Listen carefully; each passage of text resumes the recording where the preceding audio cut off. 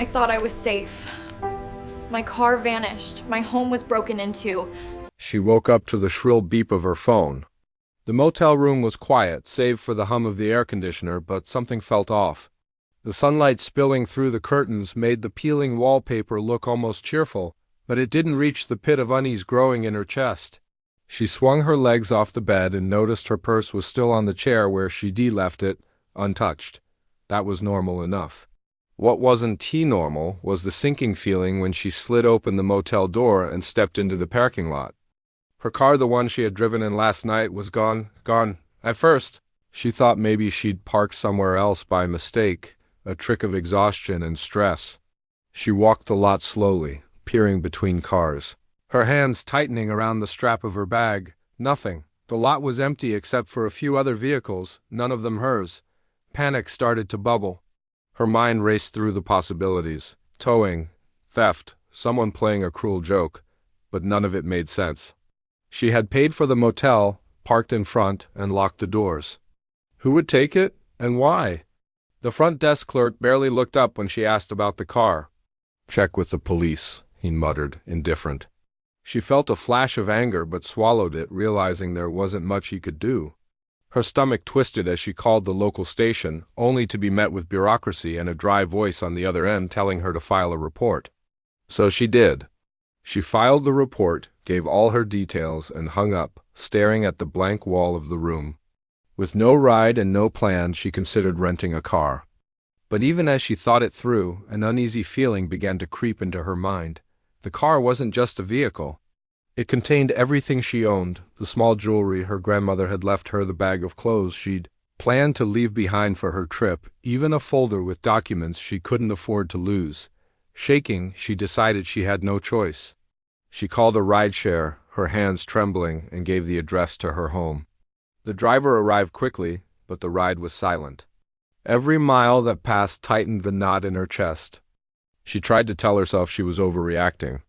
Maybe it really was just a stolen car and nothing else. But deep down, a small voice whispered something worse was coming. When she pulled into her driveway, the first thing she noticed was the front door ajar. A crack wide enough for someone to enter, someone she didn't want in her home.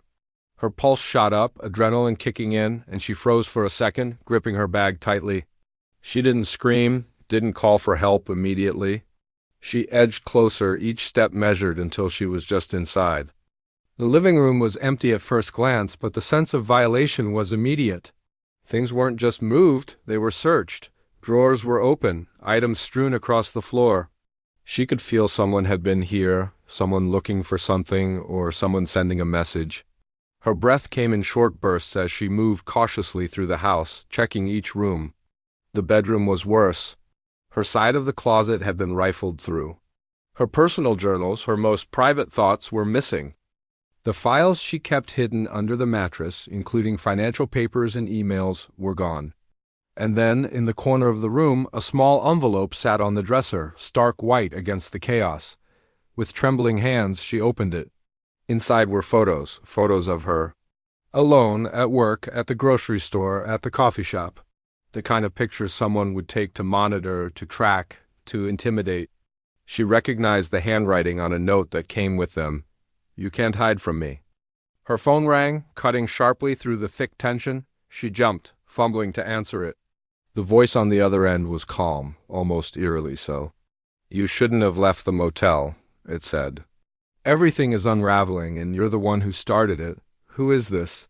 She demanded, her voice shaking with anger and fear. The line went dead. Panic transformed into fury. She searched the house, locking the doors, checking the windows, her mind racing. Who would do this? She didn't know anyone with a motive for this level of intrusion. And yet the intimacy of the betrayal hit her harder than she expected. This wasn't random. This was personal. Her first instinct was to call her husband. She needed him here, needed him to reassure her. But when she dialed, the phone rang and went straight to voicemail. That in itself was strange. He always answered. She tried again. Nothing. Something clicked in her mind. He wasn't answering because he didn't want to. And a cold realization began to form. Maybe he knew. Maybe this wasn't just a random break-in. She began checking for signs, small details she had overlooked before. There were footprints leading to the bedroom window, muddy but familiar. She remembered seeing the same pattern on the shoes he always left by the door. And then she noticed a familiar scent of cologne she hadn't smelled on him in months, but still remembered vividly. Her hands shook as the pieces fell together. The betrayal wasn't just from an unknown intruder. Her husband had been involved, maybe even orchestrated this. The thought made her stomach turn, bile rising in her throat. All the late-night meetings he had attended, the weekends he had worked away, she had trusted him blindly. Now every memory felt tainted. She didn't know whether to scream or to leave, but the adrenaline kept her moving. She grabbed her laptop and quickly started looking through emails and messages, anything that could explain the invasion. And then she found it. Messages between him and someone else, talking about her, planning, even laughing about how easy it would be to make her think it was random. Her hands flew to her mouth as she read the details. The motel, the car, the break-in, it had all been staged to scare her, to test her, or maybe to cover up his own actions. And the betrayal wasn't just the invasion of her home, it was him, the person she loved, the person she trusted, orchestrating her fear, manipulating her. The realization was almost too much to bear. She sank to the floor, clutching the photos, the evidence, the confirmation of the life she thought she had built being nothing but a lie. Every laugh they had shared, every comforting word suddenly felt hollow. The man she had planned to spend her life with had become the architect of her terror. Her phone buzzed again. Another text, this time from an unknown number. "Did you figure it out? You're finally seeing the truth." She didn't respond. She couldn't. She just sat there, numb, staring at the chaos around her, realizing that her world had shifted irreversibly. Hours later, when she finally stood, she began documenting everything: the messages, the photos, the timeline of events. She knew she couldn't rely on anyone else to see the truth. She was alone in this now. And yet, in that isolation, a strange clarity emerged. She wouldn't let him control the narrative. She wouldn't let fear dominate her. The next morning, she filed a police report, this time including everything she had uncovered. The investigation was slow, but she persisted. And when the officers came, she realized something important.